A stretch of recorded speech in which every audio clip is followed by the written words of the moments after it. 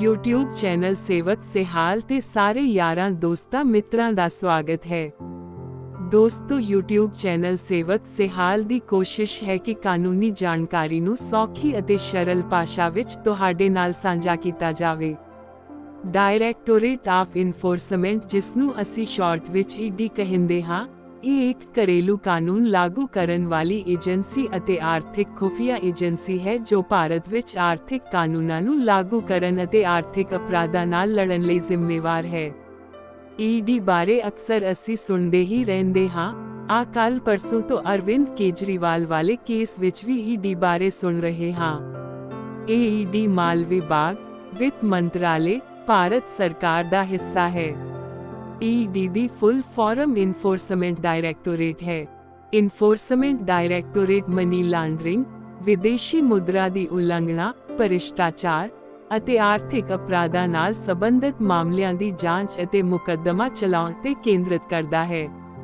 ਇਸ ਦਾ ਮੁੱਖ ਉਦੇਸ਼ ਕਾਲੇ ਧਨ ਦੇ ਉਤਪਾਦਨ ਅਤੇ ਪ੍ਰਸਾਰ ਨੂੰ ਰੋਕਣਾ ਅਤੇ ਵਿਦੇਸ਼ੀ ਮੁਦਰਾ ਅਤੇ ਮਨੀ ਲਾਂਡਰਿੰਗ ਦੀ ਰੋਕਥਾਮ ਨਾਲ ਸੰਬੰਧਿਤ ਕਾਨੂੰਨਾਂ ਦੀ ਪਾਲਣਾ ਨੂੰ ਯਕੀਨੀ ਬਣਾਉਣਾ ਹੈ।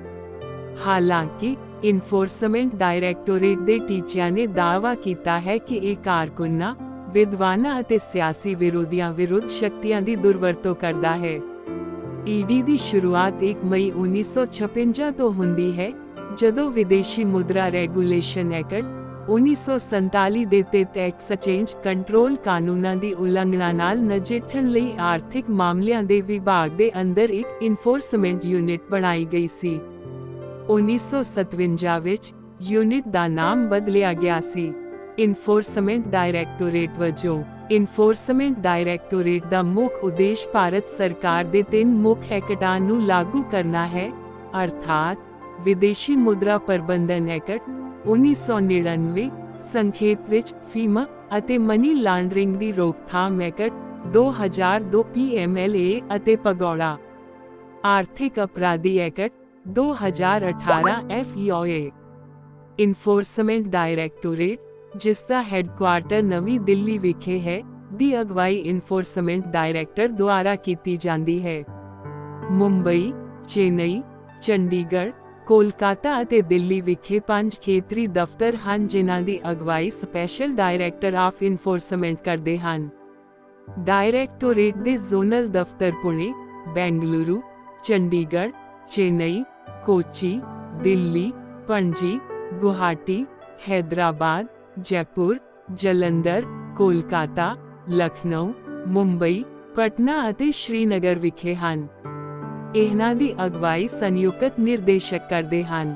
ਡਾਇਰੈਕਟੋਰੇਟ ਦੇ ਮੰਗਲੁਰੂ, ਭੁਵਨੇਸ਼ਵਰ, ਕੋਜ਼ੀਕੋਡ, ਇੰਦੌਰ, ਮਦੁਰਾਈ, ਨਾਗਪੁਰ, ਇਲਾਹਾਬਾਦ, ਰਾਏਪੁਰ, ਦੇਹਰਾਦੂਨ, ਰਾਂਚੀ, ਸੂਰਤ, ਸ਼ਿਮਲਾ, ਵਿਸ਼ਾਖਾਪਟਨਮ ਅਤੇ ਜੰਮੂ ਵਿਖੇ ਉਪ ਜ਼ੋਨਲ ਦਫ਼ਤਰ ਹਨ ਜਿਨ੍ਹਾਂ ਦੀ ਅਗਵਾਈ ਇੱਕ ਡਿਪਟੀ ਡਾਇਰੈਕਟਰ ਕਰਦੇ ਹਨ।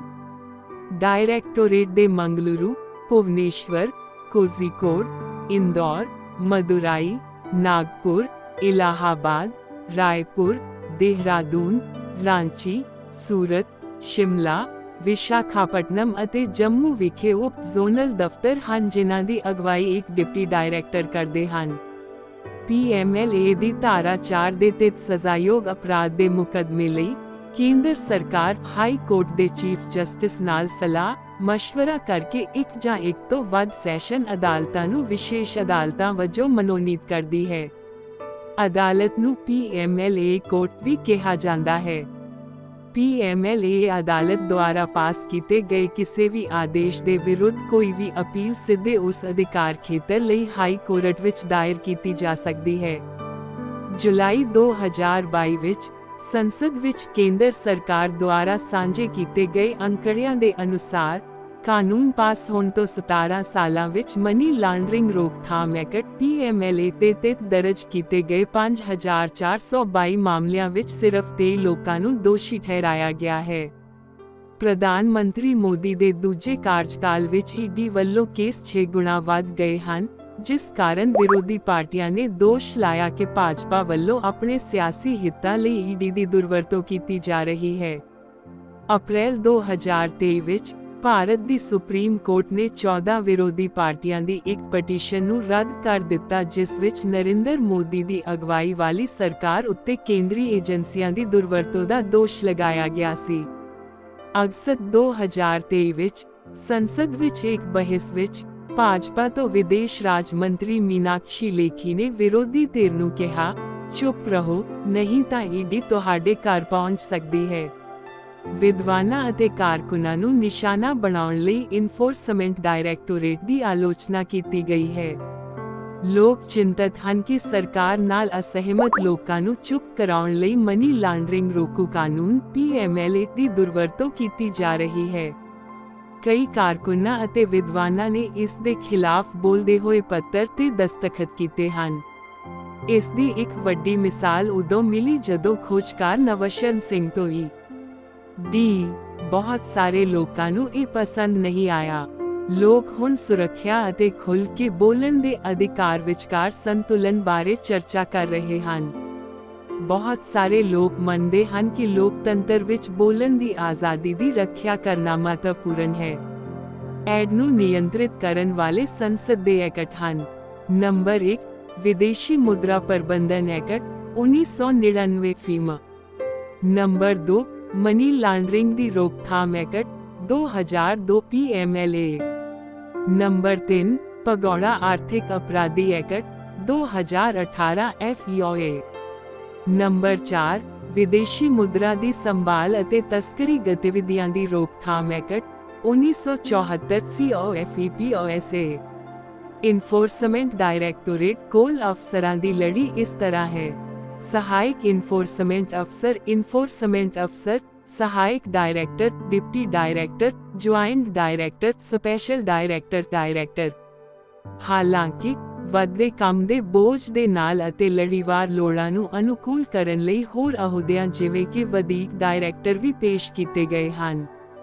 ਡਾਇਰੈਕਟੋਰੇਟ ਅਫਸਰਾਂ ਨੂੰ ਸਹਾਇਕ ਇਨਫੋਰਸਮੈਂਟ ਅਫਸਰ AEO ਵਜੋਂ ਭਰਤੀ ਕਰਦਾ ਹੈ। AEOS ਨੂੰ ਵੱਖ-ਵੱਖ ਪੱਧਰਾਂ ਤੇ ਤਰੱਕੀ ਦਿੱਤੀ ਜਾਂਦੀ ਹੈ ਅਤੇ ਉਹ ਆਪਣੇ ਪੂਰੇ ਕੈਰੀਅਰ ਦੌਰਾਨ ਇਨਫੋਰਸਮੈਂਟ ਡਾਇਰੈਕਟੋਰੇਟ ਦੀ ਸੇਵਾ ਕਰਦੇ ਹਨ। ਹਾਲਾਂਕਿ ਅਧਿਕਾਰੀਆਂ ਦਾ ਇੱਕ ਵੱਡਾ ਹਿੱਸਾ ਵੱਖ ਪੱਧਰਾਂ ਤੇ ਡੈਪੂਟੇਸ਼ਨ ਤੇ ਲਿਆ ਜਾਂਦਾ ਹੈ ਅਤੇ ਉਹ 2 ਤੋਂ 5 ਸਾਲਾਂ ਲਈ ਐਡ ਵਿੱਚ ਅਸਥਾਈ ਆਧਾਰ ਤੇ ਰਹਿੰਦੇ ਹਨ। ਈਡੀ ਦੀਆਂ ਗ੍ਰਿਫਤਾਰੀ ਸ਼ਕਤੀਆਂ ਲਿਮਿਟਿਡ SC 27 ਜੁਲਾਈ 2022 ਨੂੰ ਭਾਰਤ ਦੀ ਸੁਪਰੀਮ ਕੋਰਟ ਨੇ ਐਕਟ ਦੇ ਉਪਬੰਧਾਂ ਨੂੰ ਬਰਕਰਾਰ ਰੱਖਿਆ ਅਤੇ PMLA ਦੇ ਅਧੀਨ ਇਨਫੋਰਸਮੈਂਟ ਡਾਇਰੈਕਟੋਰੇਟ ਦੀਆਂ ਸ਼ਕਤੀਆਂ ਨੂੰ ਬਰਕਰਾਰ ਰੱਖਿਆ, ਜਿਸ ਦੀ ਨਾਗਰਿਕਾਂ ਦੀ ਨਿੱਜੀ ਆਜ਼ਾਦੀ ਨੂੰ ਖਤਰੇ ਵਿੱਚ ਪਾਉਣ ਲਈ ਆਲੋਚਨਾ ਕੀਤੀ ਗਈ ਸੀ। PMLA ਦੇ ਉਪਬੰਧਾਂ ਦੁਆਰਾ ਆਗਿਆ ਦਿੱਤੀ ਗਈ ਅਣਉਚਿਤ ਪ੍ਰਕਿਰਿਆ।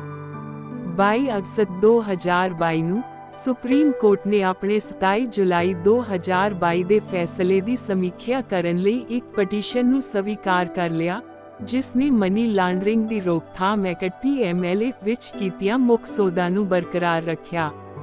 25 ਅਗਸਤ 2022 ਨੂੰ ਸੁਪਰੀਮ ਕੋਰਟ ਨੇ ਕਿਹਾ ਕਿ 2 ਵਿਵਸਥਾਵਾਂ ਦੋਸ਼ੀਆਂ ਨੂੰ ਇਨਫੋਰਸਮੈਂਟ ਕੇਸ ਜਾਣਕਾਰੀ ਰਿਪੋਰਟ ਦੀ ਕਾਪੀ ਪ੍ਰਦਾਨ ਨਾ ਕਰਨਾ ਅਤੇ ਨਿਰਦੋਸ਼ ਹੋਣ ਦੀ ਧਾਰਨਾ ਨੂੰ ਉਲਟਾਉਣਾ ਤੇ ਮੁੜ ਵਿਚਾਰ ਕਰਨ ਦੀ ਲੋੜ ਹੈ।